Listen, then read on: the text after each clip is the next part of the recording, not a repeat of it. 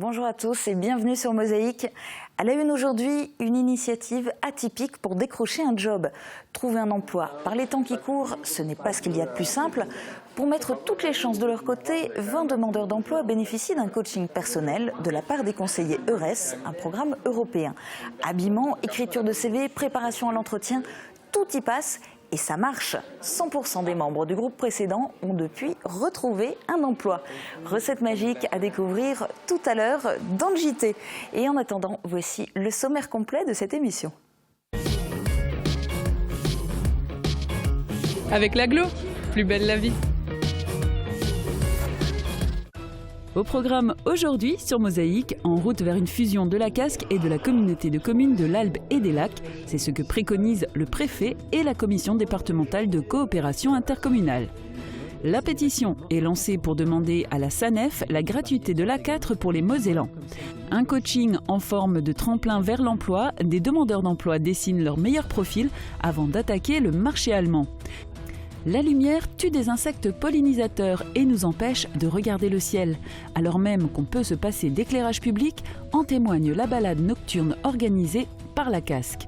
Petite histoire d'impôt, avant la TVA, il y avait l'octroi. Tendance nature, Guy Grosse ne se lasse pas de manger des pommes, au moins 5 par jour. Et enfin, Pascal Walter de l'Auberge des Mésanges à Meisenthal se met au fourneau pour préparer un filet de cabillaud en papillote. Et mon invité aujourd'hui est Christophe Salin, sous-préfet de l'arrondissement de Sarreguemines. Il vous parlera tout à l'heure des prochaines étapes de la mise en place de la loi NOTRe à l'échelle locale, avec sans doute la fusion de la Casque et de la communauté de communes de l'Albe et des Lacs. Mais d'abord, notre séquence tirée des archives de Mosaïque. Une exposition de peinture et de sculpture dans un village, ce n'est pas si courant, encore moins quand il s'agit de réunir quelques 200 œuvres réalisées par une cinquantaine d'artistes régionaux, amateurs ou confirmés. C'est le challenge que se lance chaque année la commune de Visvillers. Exemple, il y a 3 ans, jour pour jour, lors de la 24e édition. Replay.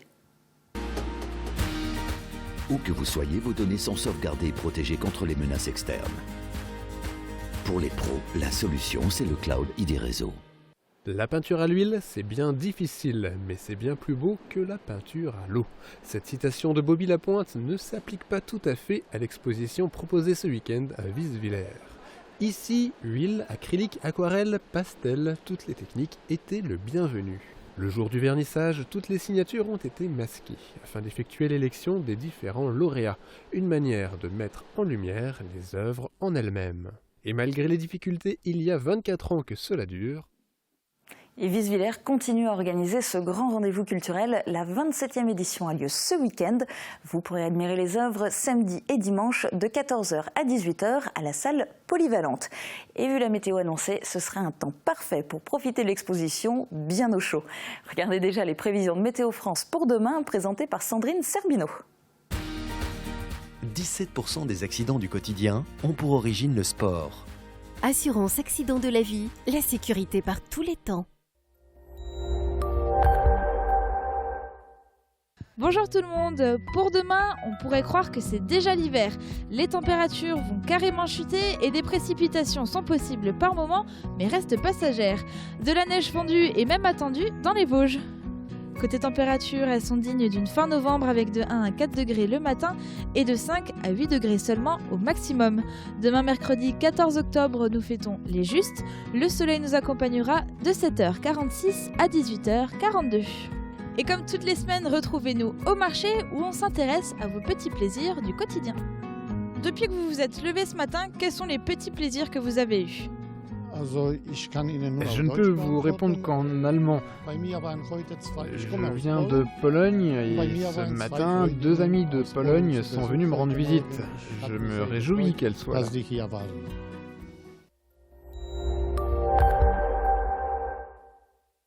Je parraine un ami et tout le monde y gagne. Mon filleul, ma banque et moi. Au Crédit Mutuel, un client satisfait rayonne. Tour d'horizon des titres à la une du Républicain Lorrain aujourd'hui. En page régionale, un logiciel messin de dessin animé s'exporte dans plus de 70 pays. TV Paint, créé en 1997, permet de réaliser du dessin d'animation en 2D directement sur son ordinateur. Succès dans le monde entier, même au Japon, l'entreprise domiciliée à Metz réalise 85% de son chiffre d'affaires à l'export. Dans l'édition de Saint-Avold, focus sur le centre d'enfouissement des déchets de Tétin-sur-Nied. C'est le dernier maillon de la chaîne depuis la fin des années 70. Cette année, 185 000 tonnes de détritus non valorisables de Moselle et du Bas-Rhin devraient être enfouies dans cette carrière d'argile. En page locale, sommes-nous Charlie? C'est la question que se poseront à une même table un prêtre, un pasteur, un imam et un rabbin. Ce sera jeudi 22 octobre à 20h à Sarreguemines, au Casino des Faïenceries.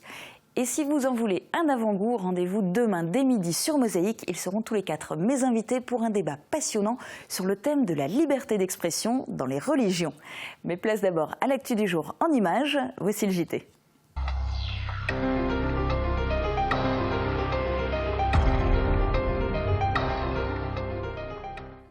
Les négociations devaient reprendre hier à Smart entre la direction et les syndicats.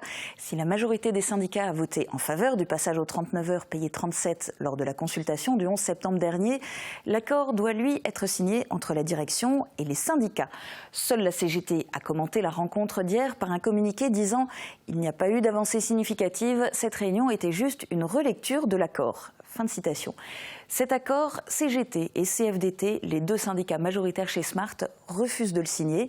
À l'issue de leur réunion interne, un point presse a lieu jeudi après-midi à la Maison des syndicats. Nous vous tiendrons bien sûr informés. Ils sont 20, ils recherchent tous un emploi et n'hésitent pas pour cela à regarder de l'autre côté de la frontière. Pour les accompagner, Pôle emploi, via la plateforme EURES, a mis en place un coaching en profondeur. Thomas Drouin est allé à leur rencontre lors d'une journée de ce programme d'aide au retour à l'emploi. Dans une région comme celle de Sarreguemines, cela devrait être naturel de regarder en Allemagne lorsque l'on recherche un emploi. Ce n'est pas toujours le cas, mais ceux qui prennent cette initiative peuvent être accompagnés par les conseillers EURES de la plateforme du même nom, financée par l'Union européenne pour favoriser la mobilité transfrontalière des chercheurs d'emploi. Ces conseillers ont mis en place pour 20 personnes un coaching poussé afin de favoriser un retour rapide à l'emploi. En 2 groupes de 10, les demandeurs d'emploi suivent différents ateliers, de l'expression corporelle à la préparation d'un entretien, sans oublier la réalisation d'un dossier de candidature allemand, bien différent du français. Ça installe une dynamique de groupe, donc ils se sentent moins seuls, ils peuvent échanger. On leur montre aussi que chacun a des avantages, que chacun a des atouts qu'il peut valoriser auprès d'un employeur. Ils sont plus sûrs d'eux, ils arrivent à mieux mettre en avant leurs atouts, leurs compétences. Comme lors de ce passage entre les mains d'un coiffeur-maquilleur, tout est mis en place pour cette valorisation de soi-même.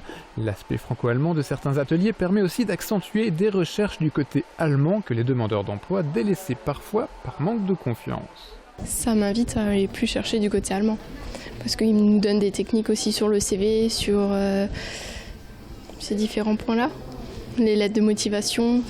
La maîtrise de la langue allemande est naturellement nécessaire, mais la possibilité de pouvoir rechercher sans hésitation un emploi de l'autre côté de la frontière est un réel atout.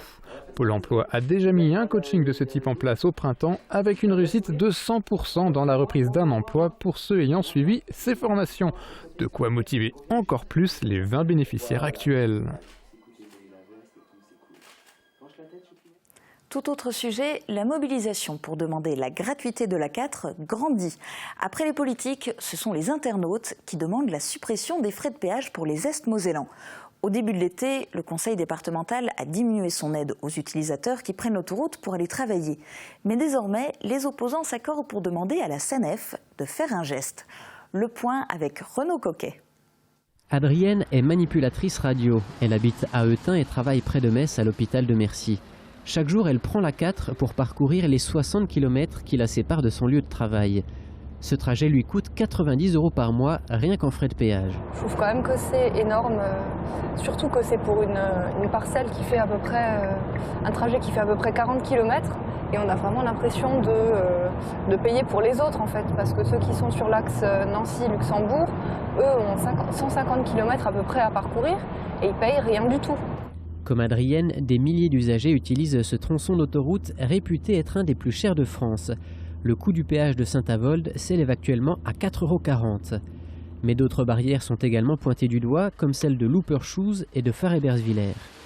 C'est justement le maire de cette ville, également conseiller départemental, qui a relancé le débat sur leur gratuité. L'idée, si vous voulez, c'est que le badge du télépéage peut être techniquement programmé en valeur 0 comme ticket de passage à des véhicules est-mosellans ou mosellans tout court. L'appel de Laurent Kleinens a suscité un écho important sur Internet. Sur Facebook, la page Action citoyenne pour la gratuité des péages pour les habitants de Moselle-Est compte plus de 1700 abonnés. Nous avons rencontré un des nombreux pétitionnaires, simple citoyen révolté par le prix des péages.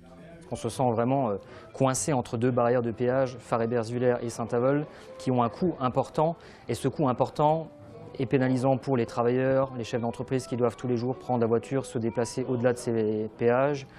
Pour le développement économique aussi de notre territoire qui a déjà bien du mal à se relancer sur l'emploi, sur l'activité. Rajouter encore un coût de péage, ça peut être dissuasif ou trop lourd à porter. Guillaume Feiss a lancé une pétition sur le site Pétition 24. Pour le moment, elle a récolté un peu plus de 400 signatures. Bien loin de l'autoroute, direction maintenant le Maroc. Est-ce que vous vous souvenez de Vanessa Boualam et Amel Chouik, les Red Dingues du 57? La semaine dernière, Mosaïque vous a montré le départ de Sarreguemines de ces deux participantes au Trophée Rose des Sables. Ça y est, elles sont au cœur du désert marocain. Et elles s'en sortent très bien. Après 2 jours de rallye dans le sable, environ 350 km à une moyenne de 30 km/h, malgré quelques passages difficiles et un pneu crevé, l'équipage 219 est actuellement 10e au classement général sur 167 équipages. Bravo les filles! Au programme des 2 prochains jours, un parcours d'orientation de 170 km, suivi de l'épreuve des dunes. Soutenues par des entreprises sponsors du secteur, ces 2 participantes ont été particulièrement attirées par le volet caritatif de ce rallye. Nous tâcherons de vous montrer de nouvelles images dans le JT de jeudi. Les épreuves du Trophée Rose des Sables prennent fin dimanche. On change d'ambiance et on éteint la lumière. Couper les éclairages publics quand ils ne sont pas indispensables, c'est préserver l'environnement. Premier effet, ça permet de protéger certains insectes pollinisateurs, si importants pour notre survie. Mais ce n'est pas tout, explication en images. Avec la lumière dans les yeux, ça me gêne vraiment. Hein. Pas trop le choix. Voilà, c'est atroce, cette lumière dans les yeux. Visuellement, le jour de la nuit ne fonctionne pas très bien en télévision. Et le reporter est obligé de déroger à la règle pour médiatiser. Le principe de cette manifestation nationale est de sensibiliser à la pollution lumineuse, à la protection de la biodiversité nocturne et du ciel étoilé. Localement, c'est aussi l'occasion de donner à voir un village sans éclairage public, ce que certains ont pu connaître, mais ils sont rares. En l'occurrence, c'est Visvillers qui se prête au jeu. À l'initiative de l'agglo, l'opération est suivie pour la 4e fois cette année. Ce soir, tout sera éteint. Il n'y aura que les lampes, si vous voulez, des fenêtres des maisons par lesquelles on verra où se situe le village. Et vous pensez que cette opération sensibilise vraiment les gens, ça fonctionne ? Écoutez voir, au début, quand on a lancé cette première opération il y a 5 ans, on avait, si vous voulez, un petit groupe de personnes qui s'est associé à cette opération-là. Et on est de plus en plus nombreux. Cette année, si vous voulez, on a dû faire 4 groupes de 40 personnes. La fréquentation, c'est aussi à ça qu'on mesure la réussite d'un événement. Et 160 personnes, ce n'est pas rien pour une promenade dans le noir. Avec, il est vrai, des accompagnateurs de choix. L'association Esprit Rando de Sarreguemines pour la balade, les randonneurs célestes de l'Observatoire de Sarreguemines pour l'exploration des cieux et les musiciens-conteurs de l'association Kouaraï en Lune pour créer un imaginaire féerique. Elle avait allumé la télé, elle avait regardé, mais de toute manière, il n'y a jamais rien de bien à la télé. Alors elle était montée dans sa chambre, et puis elle avait fait toute son étagère de livres. Elle avait commencé par le dictionnaire, et elle avait fini tout en bas par le livre de contes. Elle avait attrapé le livre, elle avait regardé toutes les pages, il y avait les fées, les elfes, les trolls. Cette manifestation, organisée 2 soirs de suite à la tombée de la nuit, s'inscrit dans le cadre du plan climat territorial de l'agglo et du projet Territoire à énergie positive pour une croissance verte. Et une prochaine édition de cette balade nocturne pourrait bien avoir lieu du côté de Sarralbe. Et pourquoi pas? Après tout, la fusion de la communauté de communes de l'Albe et des Lacs avec la communauté d'agglomération Sarreguemines-Confluence, on en parle depuis un moment. Ce n'est pas encore acté, mais cela semble bien parti pour. Le préfet penche en ce sens. C'est l'un des points qui était abordé hier matin en CDCI, commission départementale de coopération intercommunale, réunie dans la salle des délibérations du Conseil régional à Metz. Reportage.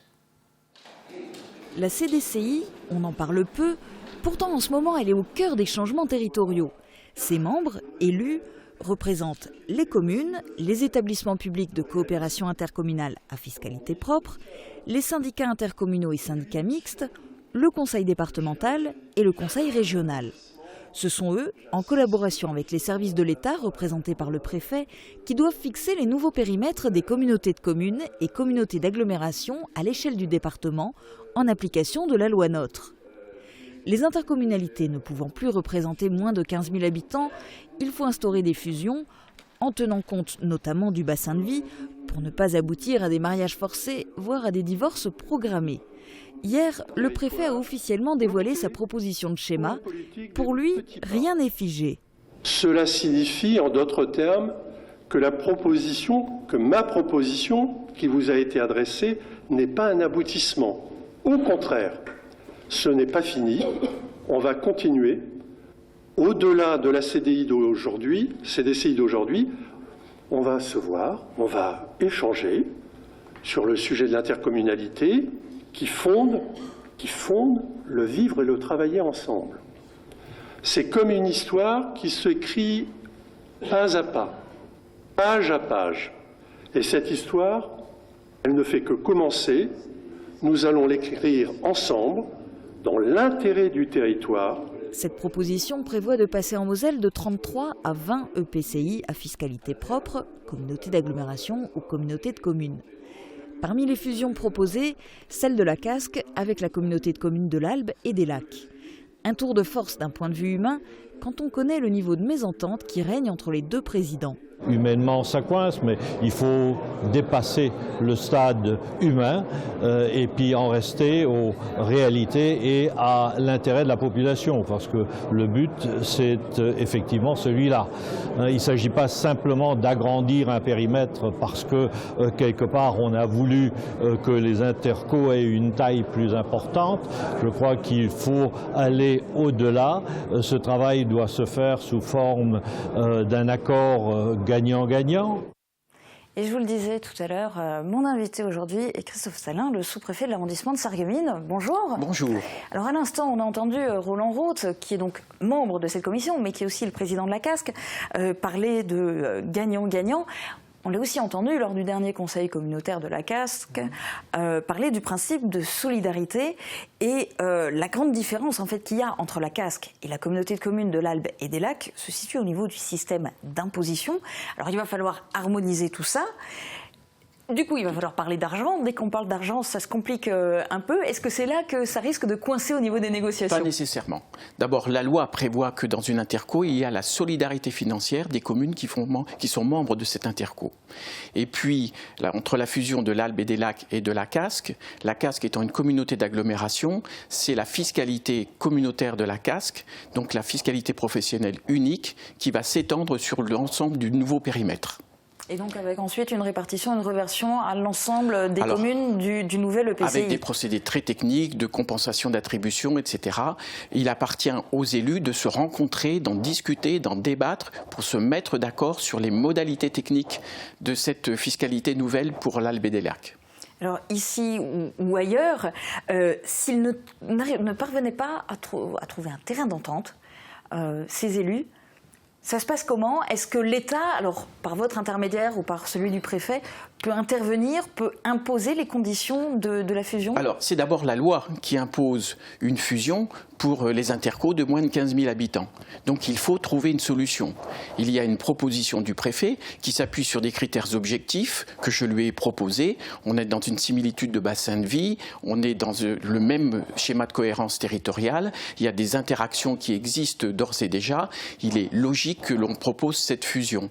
Cette fusion, ensuite, elle peut être renversée, mais elle va surtout donner lieu à un temps de discussion, de négociation et de consultation des conseils municipaux que la loi a expressément prévu. Oui, puisque maintenant on entre dans une période de consultation. Le préfet a expressément dit rien n'est figé.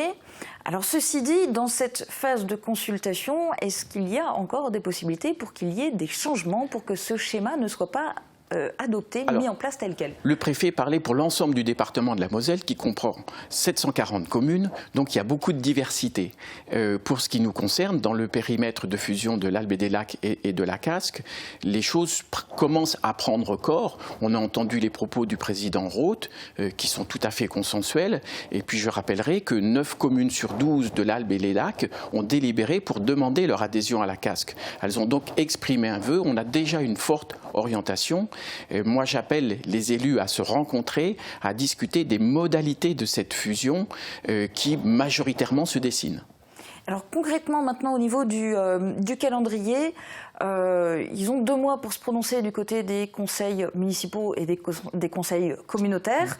Ensuite, ça retourne au niveau de la CDCI et là, il se passe quoi? Alors, on est dans un calendrier qui est d'abord fixé par la loi.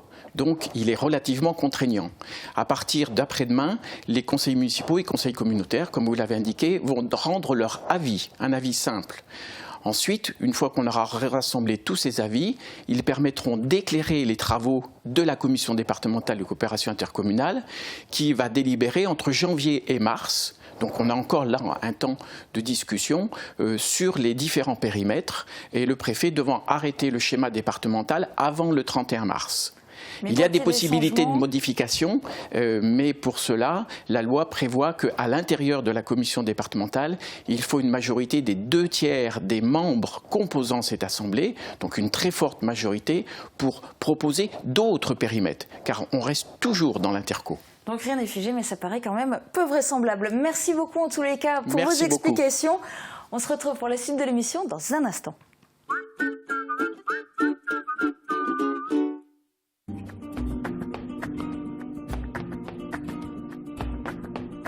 Manolo Punto livre dans son spectacle flamenco 3x2 Uno, à travers la danse flamenca, sa vision de la vie à la fois intense, profonde, délicate, bestiale, joyeuse et mélancolique. À découvrir de toute urgence le vendredi 16 octobre sur la scène de l'Hôtel de Ville de Sarreguemines. Billetterie à l'Office de tourisme Sarreguemines Confluence ou sur www.sarreguemines.fr. 180 professionnels pour votre maintien à domicile. AVS. Notre métier, vous accompagner. La petite histoire du jour nous parle d'impôts. On connaît tous la TVA, mais connaissez-vous son ancêtre? Il s'agit de l'octroi. On vous explique le principe de cette taxe à partir d'une fresque que vous connaissez bien à l'angle de la rue du Maréchal Foch et de la rue Houchard à Sarreguemines. Vous passez peut-être tous les jours devant depuis des années sans jamais savoir ce qu'elle représente réellement. Regardez.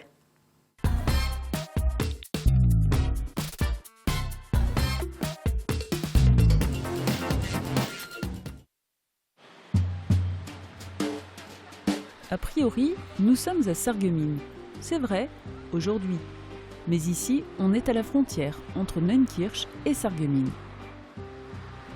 Ici sévissait, tout comme du côté de Velferdin et à toutes les entrées de la ville, une collecte d'impôts particulièrement lucrative pour les communes. L'octroi, véritable système de douane locale. Toutes les denrées, tous les biens, matériaux et produits destinés à la consommation ou aux fabrications locales en provenance de l'extérieur de la ville étaient taxés. On n'a rien inventé, cet impôt existait déjà chez les Romains. D'une gestion complexe et ayant fait naître la contrebande, l'octroi a définitivement été supprimé à la fin de la Seconde Guerre mondiale. Mais ce que l'État cède d'un côté, il le reprend forcément de l'autre. Et la TVA est née. croque au moins 5 pommes par jour. Guy Gross préside le syndicat des arboriculteurs de Hambach. Et dans son jardin, il a également des pommiers, pas moins de 48 arbres, qui lui fournissent des fruits de 17 variétés différentes. Guillaume Dumonteil l'a rencontré en pleine période de récolte. Avec Firsch Menuiserie, votre maison devient tendance.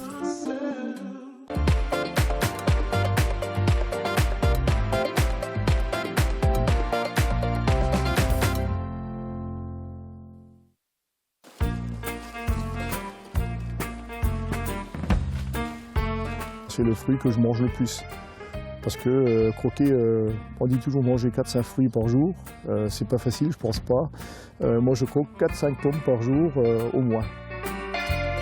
Je suis peut-être un partisan du non-achat de pommes dans le commerce, parce qu'avec toutes les variétés que j'ai à ma disposition, je peux en manger pendant toute l'année. Alors ce qui est marrant, ce qui me plaît dans la pomme, c'est pas que la pomme, c'est les pommes. Chaque pomme a sa saveur, dégage son arôme, c'est quelque chose, il n'y en a pas une qui est comme l'autre. Voilà, vous pouvez en croquer une, vous sortirez un peu plus de sucré, avec l'autre un peu plus d'acidité. Chacune a un autre goût, et puis on peut en croquer toute l'année. Et puis apparemment au niveau santé, il paraît que c'est très bon pour le cœur, c'est très bon pour certaines choses.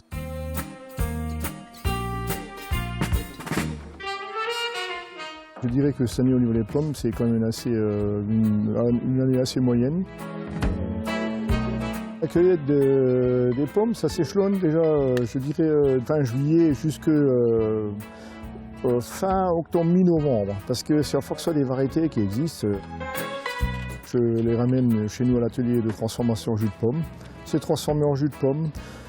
Les précoces, il y a par exemple au mois d'août, il y a la pomme des moissons. Alors ça c'est beaucoup en compote, des gâteaux, des tartes. Et après, bien sûr, des pommes de conservation pour conserver jusqu'à l'année prochaine. Ou bien sûr, il y a une partie qui partira certainement au niveau des pommes, comme la masse, elle est là, qui partira dans la distillation. Ça aussi, ça fait partie de notre petit job à côté où on se fait une petite eau de vie fine de bouche de qualité.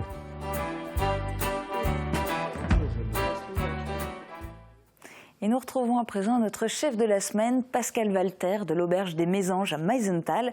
Le plat du jour se présente de 2 façons, à vous de composer la vôtre. Je vous laisse en s'accompagner en vous souhaitant une très bonne journée. À demain. Belle et fonctionnelle, les cuisines Aviva présentent entrée plat dessert. Aviva, la cuisine qui vous va.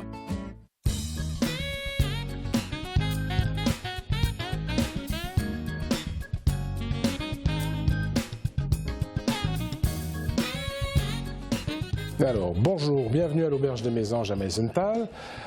En plat, aujourd'hui, je vous propose quelque chose de relativement simple, des papillotes de poisson. Pour ces papillotes, notre chef a choisi le cabillaud et vous propose 2 versions, légumes crus ou légumes cuits. Pour chacune des papillotes, badigeonnez le fond de votre papier aluminium au papier sulfurisé d'huile d'olive, salé, poivré et déposez votre filet de cabillaud au centre de la feuille. Maintenant, composez selon vos envies, mais avec méthode. Accompagnez le premier filet de carottes et de courgettes crues coupées en julienne très fines. Pour l'autre filet, ce sera la version légumes cuits, avec des têtes de brocoli et des rondelles de carottes que vous aurez fait cuire au préalable. Enfin, déposez sur les filets des lamelles de champignons de Paris, râpez ensuite un peu du zeste d'un citron non traité et terminez avec 1 ou 2 brins d'aneth et un filet de jus de citron. Il ne reste plus qu'à fermer les papillotes hermétiquement et mettre au four à 200 degrés pendant une douzaine de minutes. On présentera sans fioriture à même la papillote.